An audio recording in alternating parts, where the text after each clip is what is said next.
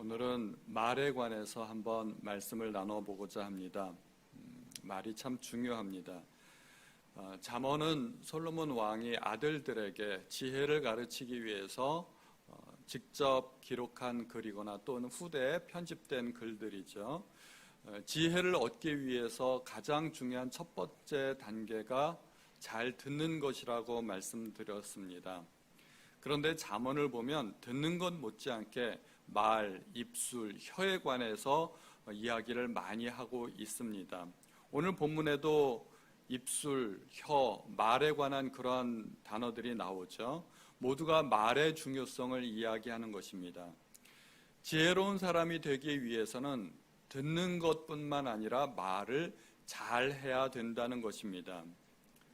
듣는데 실패하면 어리석은 사람이 됩니다. 잘 듣지 못하고 누군가 지혜로운 말을 해주는데 귀를 닫아버리거나 또는 한 귀로 듣고 한 귀로 흘려버리면 지혜를 얻을 수가 없습니다.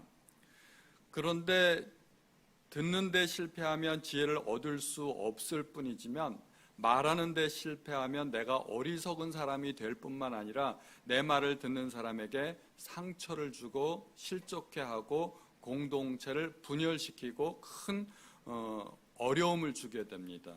파괴적인 영향이 굉장히 큰 것입니다. 그래서 말에서 실패하는 것은 듣는데 실패하는 것보다 훨씬 더 피해가 심각합니다. 저도 듣는 것은 웬만큼 잘 하는 편입니다. 그런데 말은 영 자신이 없습니다. 제 말에 실수가 굉장히 많습니다. 저는 설교할 때 주로 제가 잘하는 부분만 설교하고 제가 잘 못하는 부분은 설교를 안 하는데 말에 관한 부분은 제가 설교를 안 할 수가 없습니다. 잠언은 워낙 많이 나오기 때문에. 제 말을 통해서 가장 많은 상처를 받은 사람은 아마도 제 아내일 겁니다. 가장 많은 대화를 하기 때문에 그럴 수밖에 없습니다. 가까운 사람들이 상처를 받게 되는 겁니다. 제 아내와 제 아이들 그리고 함께 동역하는 교육자들, 가까이 있는 사람들이 저 때문에 아마 상처를 많이 받지 않았을까 그렇게 생각이 됩니다. 우리 성도님들은 설교를 통해서 상처받으신 경우는 별로 없으시죠? 설교는 제가 많이 고민하고 다듬고 조심해서 말을 하기 때문에 설교 때문에 상처를 받지는 않으실 겁니다. 그런데 제가 툭 하고 아무 생각 없이 던지는 그 말 때문에 제 아내나 또는 저의 가까운 사람들이 상처를 많이 받게 됩니다. 그래서 말은 참 중요합니다. 실수하기가 쉽습니다. 저도 수도 없이 많이 실수를 하게 되는 것입니다. 대화를 하다 보면 듣기만 할 수는 없습니다. 듣는 것이 중요하지만 듣기만 해서는 대화가 되지 않습니다. 한마디 듣고 나도 한마디 말을 하고 서로 말을 주거니 받거니 하면서 대화를 하게 됩니다. 그런데 듣는 것은 잘 들었는데 그에 대한 대답을 엉뚱하게 해버리면 그것이 지혜 없는 사람이 되어버리는 것입니다. 사람의 입은 주전자의 입과 같습니다. 주전자 안에 무엇이 들었건 간에 그 입을 통해서 쏟아내게 됩니다. 사람은 말을 통해서 입을 통해서 속에 있는 것을 그렇게 쏟아낸다는 것입니다. 그래서 지혜로운 사람은 지혜로운 말을 할 것이고 어리석은 사람은 어리석은 것을 쏟아내게 됩니다. 말은 그렇게 지혜와 미련함을 드러내고 또 사람의 선과 악도 드러내게 됩니다. 선한 사람은 그 쌓은 선에서 선한 것을 내고 악한 사람은 그 쌓은 악에서 악한 것을 내느니라. 마태복음 12장 35절에 주님이 말씀하고 계십니다.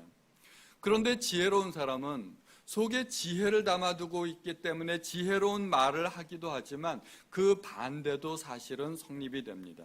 말을 지혜롭게 함으로써 지혜로운 사람이 될 수 있다는 것입니다. 그래서 우리가 보는 이 성경과 잠언이 아니더라도 여러 나라에 또 우리나라의 그 여러 속담을 보면 말이 얼마나 중요한 것인지를 알 수 있게 됩니다. 말에 관한 속담 무엇이 있을까요? 한번 떠올려 보세요. 많이들 알고 계실 것입니다. 말 한마디로 청량빛을 갚는다. 말이 씨가 된다. 발 없는 말이 천리 간다. 낱말은 새가 듣고 반말은 쥐가 듣는다. 가는 말이 고와야 오는 말이 곱다. 가루는 칠수록 고와지고 말은 할수록 거칠어진다. 고기는 씹어야 맛이고 말은 해야 맛이다. 길이 아니면 가지 말고 말이 아니면 탓하지 마라. 쏟아놓은 쌀은 주워 담아도 쏟아놓은 쌀은 주워 담아도 쏟아놓은 말은 주워 담지 못한다. 입은 삐뚤어져도 말은 바로 하랬다. 말이 많으면 쓸 말이 적다. 우리 많이 아시는 속담들 있죠. 처음 들어보시는 속담도 있을 수 있습니다. 성경에도 이 말에 관한 얼마나 많은 교훈들을 우리에게 주고 있는지 모릅니다. 구부러진 말을 내 입에서 버리며 삐뚤어진 말을 내 입에서 멀리하라. 명철한 자의 입술에는 지혜가 있어도 지혜 없는 자의 등을 위하는 채찍이 있느니라. 사람은 입에서 나오는 열매로 말미암아 배부르게 되나니 곧 그의 입술에서 나온 것으로 말미암아 만족하게 되느니라. 죽고 사는 것이 혀의 힘에 달렸나니 혀를 쓰기 좋아하는 자는 혀의 열매를 먹으리라. 세상에 금도 있고 진주도 많거니와 지혜로운 입술이 더욱 귀한 보배니라. 하나같이 말이 중요하다는 것입니다. 우리는 말을 잘해야 됩니다. 말을 많이 하는 것이 능사가 아니라, 그것이 잘하는 일이 아니라 좋은 말을 해야 된다는 것입니다. 지혜와 우매는 입으로 표현이 됩니다. 그런데 우리는 왜 우매한 말을 하게 될까요? 우매한 말을 하고 싶어서 하는 사람은 세상에 아무도 없습니다. 그런데 무심결에 우매한 말을 하게 됩니다. 생각하지 않고 말을 해서 그렇습니다. 나오는 대로 말하니까 그렇게 실수하게 되는 것입니다. 만약에 외국어로 대화를 한다면, 제가 예를 들어서 영어로 말을 한다면 저는 생각을 많이 하게 됩니다. 여러 단어들을 머릿속에서 떠올리고 한 문장을 만들고 이게 문법에 맞는가 생각을 하고, 내가 이렇게 말을 하면 저 사람이 알아들을까 생각을 하고 완벽한 문장을 머릿속에서 만들어서 겨우 한마디 하게 됩니다. 그런데 우리말을 하게 될 때는 그런 생각 안 하죠. 머릿속으로 생각 안 합니다. 그냥 나오는 대로 거침없이 쏟아내면서 말을 하는 것이 보통 우리의 대화 습관입니다. 그래서 실수하게 됩니다. 말이 많을수록 실수할 가능성이 많습니다. 그래서 잠언에서는 말을 되도록이면 아끼라고 우리에게 그렇게 조언을 합니다. 말을 많이 하지 말고 함부로 하지 말라고 우리에게 조언을 합니다. 잠언 여러 말씀들을 다시 살펴보겠습니다. 근신을 지키며 내 입술로 지식을 지키도록 하라. 말이 많으면 허물을 면하기 어려우나 그 입술을 제어하는 자는 지혜가 있느니라. 입을 지키는 자는 자기의 생명을 보존하나 입술을 크게 벌리는 자에게는 멸망이 오느니라. 입을 지키는 미련한 자라도 잠잠하면 지혜로운 자로 여겨지고 그 입술을 닫으면 슬기로운 자로 여겨지느니라. 입과 혀를 지키는 자는 자기의 영혼을 환난에서 보존하느니라. 그러므로 말에서 실수하지 않으려면 차라리 말을 많이 하지 않는 것이 좋습니다. 말이 많을수록 실수가 많아지는 것입니다. 사람이 말하는 것을 들어보면 그 사람이 어떤 사람인지를 알게 됩니다. 또 얼마나 성숙한 사람인지 또는 미숙한 사람인지도 알게 됩니다. 바울은 어렸을 때 말하는 것, 깨닫는 것, 생각하는 것이 어린아이 같았다고 이야기합니다. 고린도전서 13장에 내가 어렸을 때는 말하는 것이 어린아이와 같고 깨닫는 것이 어린아이와 같고 생각하는 것이 어린아이와 같다가 장성한 사람이 되어서는 어린아이의 일을 버렸다고 이야기합니다. 말하는 것, 깨닫는 것, 생각하는 것이 당연히 어릴 때는 어리게 그렇게 말하고 깨닫고 생각하게 됩니다. 그러나 장성한 사람이 되면 바뀌어야 됩니다. 어른이 됐는데도 다 컸는데도 여전히 어린아이같이 말하고 깨닫고 생각하면 그것은 옳지 않습니다. 성숙하면 말과 깨닫는 것과 생각하는 것이 바뀌어야 됩니다. 우리는 성숙하면 성숙할수록 말이 바뀌어야 되는 것입니다. 어떤 말이 성숙한 말일까요? 사람의 말을 우리가 어떻게 평가할 수 있을까요? 어떤 말은 우매한 말이고 어떤 말은 지혜로운 말이 될 수 있을까요? 어떤 사람도 자기가 한 말이 우매한 말이라고 생각하지는 않을 겁니다. 자기는 나름대로 지혜로운 말이라고 생각을 하고 말을 툭 던졌는데 듣는 사람 입장에서는 우매한 말이 될 수도 있습니다. 그것이 지혜로운 말인지 우매한 말인지는 듣는 사람이 평가한다는 것입니다. 듣는 사람의 반응을 보면 알 수 있습니다. 나의 말을 듣는 사람이 용기와 힘을 얻고 또 희망을 얻고 새롭게 살아갈 수 있는 각오를 하게 된다면 나는 말을 지혜롭게 하는 사람입니다. 그런데 내 말을 듣는 사람이 원망, 불평, 다툼이 생기고 또 미움과 분노를 부추기게 된다면 그것은 나는 말을 어리석게 하는 사람이라는 것을 증명하는 것입니다. 주전자에 뭐가 들었는지 모르지만 그 주전자에서 쏟아낸 그 액체를 마시고 시원하게 되고 갈증이 해소가 된다면 그것은 물입니다. 그런데 그 주전자에서 쏟아낸 액체를 마시고 내가 정신이 몽롱해지고 비틀비틀거리고 취하게 되면 그건 술이겠죠. 어떠한 반응을 일으키는지를 보고 그것이 지혜로운 말인지 우매한 말인지를 결정할 수 있다는 것입니다. 잠언 10장 11절에 의인의 입은 생명의 샘이라도 악인의 입은 독을 머금었느니라. 생명의 샘물을 마시면 사람이 살아나게 됩니다. 그러나 독을 마시면 죽게 됩니다. 내 입의 말을 듣고 상대방이 어떻게 되는지를 봐야 됩니다. 분노와 비난과 원망과 저주를 쏟아내면 듣는 사람의 영혼을 자극하고 듣는 사람이 실족하고 죽게 됩니다. 그것은 결코 좋은 결과를 가져올 수 없습니다. 잠언 18장 6절에 미련한 자의 입술은 다툼을 일으키고 그의 입은 매를 자청하느니라. 말을 잘못하면 화를 불러일으킨다는 것이죠. 대표적으로 광야의 이스라엘 백성들은 아주 미련한 백성이었습니다. 그들은 끊임없이 말로써 하나님을 자극했습니다. 같은 말도 좋게 할 수가 있는데 그들은 좋게 하는 방법을 몰랐던 것입니다. 물론 광야가 편한 곳은 아닙니다. 여러 가지 불편과 위험을 감수해야만 하는 곳입니다. 그러나 하나님께서는 그 모든 불편과 그들의 필요한 모든 것들을 해소해 주셨습니다. 먹을 음식과 마실 물을 주셨습니다. 추위와 더위로부터 보호해 주셨습니다. 신발과 옷이 헤어지지 않도록 초자연적으로 그들을 보살펴 주셨습니다. 그런데 그들은 껄핏하면 내뱉었던 말이 있습니다. 애굽에 매장지가 없어서 우리를 이 광야에서 죽게 하느냐. 모세와 하나님 앞에 따졌고 원망했습니다.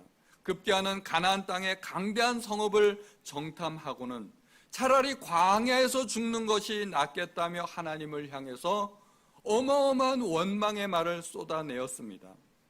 그 말을 들으시는 하나님은 얼마나 속이 상했겠습니까? 얼마나 맥 빠지고 또 실망했겠습니까? 그들은 애굽에서 학대받았던 때를 기억하지 못했습니다. 숫자가 불어나자 사내 아이가 태어나면 나일강에 빠져 죽게 되는 상상도 할 수 없는 그런 학대와 고된 노역에 시달렸었습니다. 하나님은 그들을 그 학대와 고난 속에서 구해 주셨는데 이제 와서 보따리 내놓으라는 그런 식이 아니겠습니까? 그들은 광야에서 멸망당해도 싸다는 생각이 들게 됩니다. 사람이 은혜를 모를 수는 있지만 어떻게 말을 그런 식으로 하게 됩니까? 말 때문에 망한 백성이 바로 이스라엘 백성입니다. 결국 하나님은 어떻게 하셨나요? 민수기의 말씀을 보면 그들에게 이르시기를 여호와의 말씀에 내 삶을 두고 맹세하노라. 너희 말이 내 귀에 들린 대로 내가 너희에게 행하리니 너희 시체가 이 광야에서 엎드러질 것이라. 그들은 껄핏하면 입만 열었다면 죽겠다 못 살겠다 이야기했고 하나님은 급기야는 그들의 소원대로 들어주셨던 것입니다. 참 어리석은 백성들입니다. 성경은 의인과 악인, 지혜와 우매가 입으로 결정된다고 말씀합니다. 사실 말하지 않아도 의인과 악인은 이미 결정되어 있습니다. 결정되어 있지만 말을 안 하면 모릅니다. 누가 악인이고 누가 선인인지 모르는데 말이 그것을 결정해 준다는 것입니다. 말을 해보면 그것이 입증된다는 것입니다. 의인의 입과 악인의 입, 지혜자의 입과 우매자의 입은 어떻게 다를까요? 또 잠언의 여러 말씀들을 살펴보겠습니다. 의인의 입술은 기쁘게 할 것을 알거늘 악인의 입은 패역을 말하느니라. 진실한 입술은 영원히 보존되거니와 거짓 혀는 잠시 동안만 있을 뿐이니라. 미련한 자는 교만으로 입으로 매를 자청하고 지혜로운 자의 입술은 자기를 보존하느니라. 지혜 있는 자의 혀는 지식을 선히 베풀고 미련한 자의 입은 미련한 것을 쏟느니라. 미련한 자의 입은 그의 멸망이 되고 그의 입술은 그의 영혼의 그물이 되느니라. 마음의 정결을 사모하는 자의 입술에는 덕이 있으므로 임금이 그의 친구가 되느니라. 의인과 악인은 여러모로 차이가 있습니다. 당연히 삶의 태도도 다를 것이고 행실도 다르고 생각도 다르고 여러모로 차이가 있습니다. 그런데 가장 쉽게 알 수 있는 것은 말입니다. 잠언에서 의인과 악인은 지혜로운 사람과 어리석은 사람을 가리키는 말로도 사용이 됩니다. 동격입니다. 어떤 사람과 10분과 대화만 해보면 대략 그 수준을 알 수 있습니다. 자기의 수준을 말로써 드러내기 때문입니다. 예전에 제가 어떤 사람과 한 10분 정도 대화한 적이 있는데 그 사람의 사촌형이 국회의원이라는 것입니다. 그런데 그분은 그 국회의원이었던 자기 사촌형을 얼마나 욕하고 비난을 하는지 모릅니다. 자기 사촌형이 아주 나쁜 사람이라는 것입니다. 국회의원쯤 됐으면 자기 가족도 돌보고 일가 친척들에게 도움이 좀 될 수 있어야 되는데 자기밖에 모르는 아주 이기적인 사람이라는 것입니다. 제가 처음에 그 말을 듣고 그 사람 나쁜 사람이네 그렇게 생각을 했습니다. 그런데 그 사람 말을 계속해서 듣다 보니까 그 사람의 말의 내용인즉슨 사촌형이 국회의원이기 때문에 가족들이 여러 가지로 청탁을 했는데 그 청탁을 들어주질 않더라는 것입니다. 처음에는 그 사촌형이 나쁜 사람이라고 생각을 했는데 대화를 하면 할수록 그 사촌형은 청렴하고 정직한 사람이라는 생각이 들었고 국회의원에게 그 사람의 지위를 이용하고자 여러 가지 부정적인 청탁을 하는 이 사촌동생이야말로 나쁜 사람이라는 것을 알게 되었습니다. 제가 그것을 깨닫는데 불과 10분도 안 걸렸습니다. 10분 동안에 그 사람은 자기의 우매함을 다 드러낸 겁니다. 그 사람이 워낙 성을 내고 막 화를 내면서 사촌형을 비난하기에 제가 뭐라고 말을 할 수가 없었습니다. 제가 뭔가 좀 조언을 해주고 싶었지만 씨알도 안 먹히겠구나 생각이 돼서 제가 말을 포기했죠. 그러세요 하고서 그렇게 끝나버렸습니다. 이렇게 악한 사람, 어리석은 사람, 무지한 사람은 자기의 무지를 말로써 쏟아놓는 것입니다. 그래서 말을 지혜롭게 잘 해야 되는 것입니다. 그런데 말의 내용도 중요하지만 사실은 말투가 굉장히 중요합니다. 무엇을 말하느냐 하는 것보다도 사실은 어떻게 말하느냐 하는 것이 훨씬 더 중요합니다. 그런데 우리는 그걸 잘 몰라요. 의외로 간과하는 것이 말투와 방법입니다. 뷔페에 가면 좋은 음식들이 얼마나 많이 있습니까? 평소에 못 먹는 좋은 음식들이 많기 때문에 보통 서너 접시들은 갖다가 드시지 않습니까?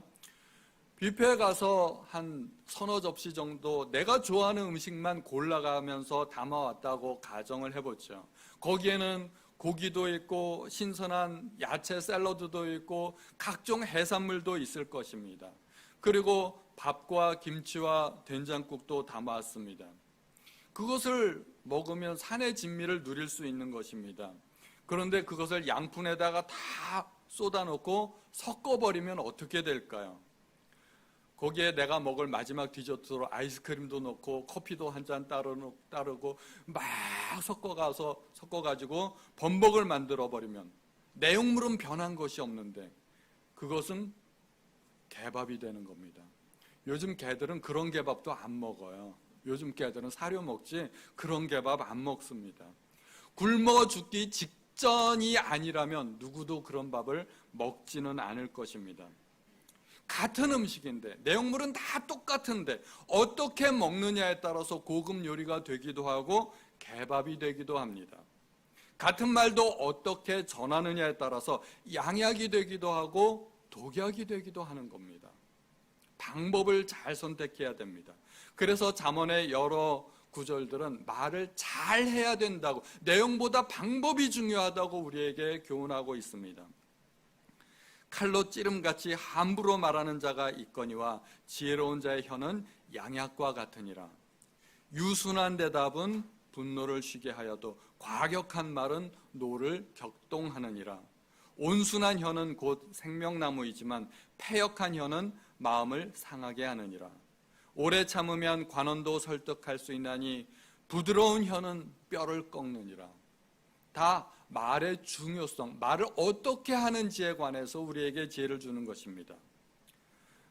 말은 그 내용보다는 전하는 사람의 표정과 억양에서, 그러니까 비언어적인 표현에서 오히려 더 많은 것을 전달하게 된다고 합니다. 개들을 훈련시키면 사람의 말을 잘 알아듣는 것처럼 보입니다. 서 하면 서고, 앉아 그러면 앉고, 빵 하면 쓰러지고 뭐 그렇게 하지 않습니까? 그러나 동물들은 사람의 언어를 알아듣는 것이 아닙니다. 사람의 목소리와 억양과 말투를 인식할 뿐이고 또 표정을 보고 판단한다고 합니다. 부드러운 말로 책망을 하면 그것을 칭찬으로 알아듣는다고 합니다. 강아지들을 쓰다듬으면서 좋은 말로, 부드러운 말로 멍청아 그러면 개들이요 좋아해요. 자기를 칭찬하는 줄 알고 좋아하는 겁니다. 개들은 언어를 알아듣는 것이 아닙니다. 그러니까 비언어적인 면은 동물들도 다 알아들어요. 사실은 그게 메시지가 훨씬 더 큽니다. 사람이 말을 하는데 표정과 내용이 다르면 어느 것이 더 진짜일까요? 표정과 언어가 다르다면 표정이 진짜입니다. 말로는 괜찮아요 했는데 표정이 괜찮지 않다면 괜찮은 걸까요? 안 괜찮은 걸까요? 괜찮지 않은 겁니다. 말로는 됐어요 했는데 말투가 안 됐어요. 된 걸까요? 안 된 걸까요? 안 된 겁니다. 말투가 훨씬 더 중요합니다. 그래서 됐다는 말을 다 믿으시면 안 됩니다. 우리 물론 다 아시겠지만, 그래서 말의 그 사전적인 의미만 그대로 받아들이면 안 된다는 것입니다. 부모의 말은 항상 옳습니다. 항상 옳은데 옳은 말을 옳지 않은 방법으로 전달하는 탁월한 은사를 가진 사람이 바로 부모라고 합니다. 그래서 전달이 잘 안 됩니다.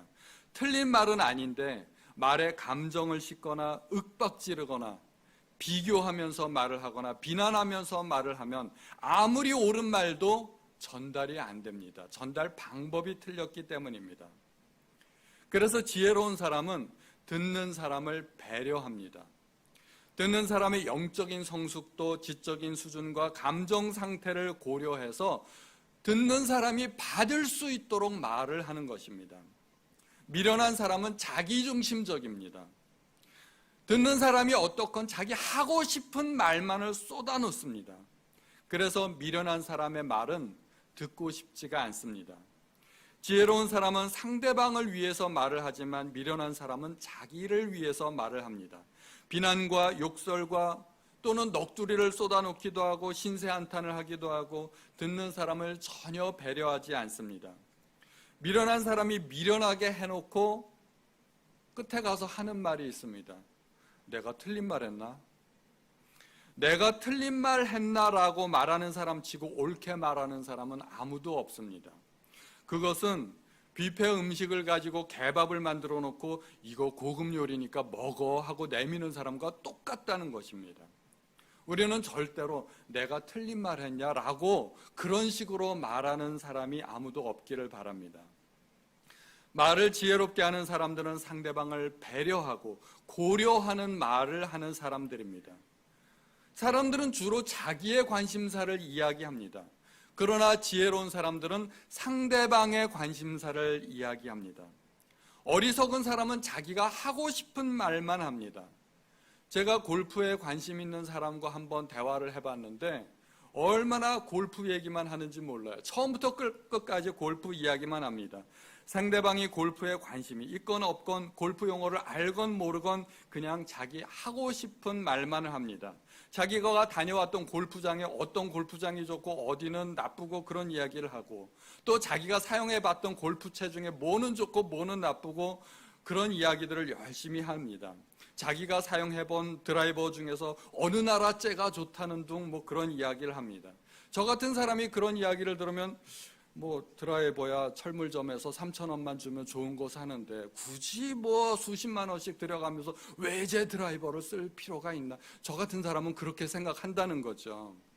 골프 치는 사람이 자기는 너무 연습을 많이 해가지고 조만간에 싱글이 될 것 같다고 그렇게 이야기를 하면 저는 이 사람이 이혼하려나? 그렇게 생각하죠. 그럼 저는 뭐라고 이야기하겠어요? 싱글 되지 말고 그냥 열심히 살아. 그렇게 이야기하면 욕하는 거죠. 말이 통해야 대화가 되는 거지. 이게 서로 이 언어를 못 알아듣으면 같은 말을 해도 이게 못 알아듣는 겁니다. 뭐 이 글이 어떻고 그러면 저는 하늘 쳐다보죠. 독수리가 떴나 하고. 그러니까 말을 할 때는 상대방이 내 말을 알아듣는지를 생각해 가면서 말을 해야 된다는 것입니다. 어리석은 사람과 그렇게 1시간 동안을 이야기하고 뒤돌아서면 남는 게 없습니다. 아무런 유익이 안 됩니다. 대화라고는 하지만 말이 통하지 않기 때문에 참 가슴이 답답함을 이게 지울 수가 없는 것입니다. 대화는 공통의 주제에 관해서 이야기해야 되는 것입니다. 나도 관심 있고 상대방도 관심 있는 그 공통의 주제를 가지고 이야기해야지, 상대방은 관심도 없는 것을 내가 좋아한다고 나만 이야기하면 그것은 일방적인 대화가 될 뿐입니다. 말이 통하지 않는 거죠. 그러므로 대화를 하려면 상대방은 어떤 것에 관심이 있는지, 무엇을 좋아하는지, 상대방의 기분과 감정은 어떤 상태인지를 먼저 살펴야 됩니다. 상대방의 지적, 영적인 수준도 고려해야 됩니다. 그것이 상대방을 배려하는 대화이고 좋은 대화입니다.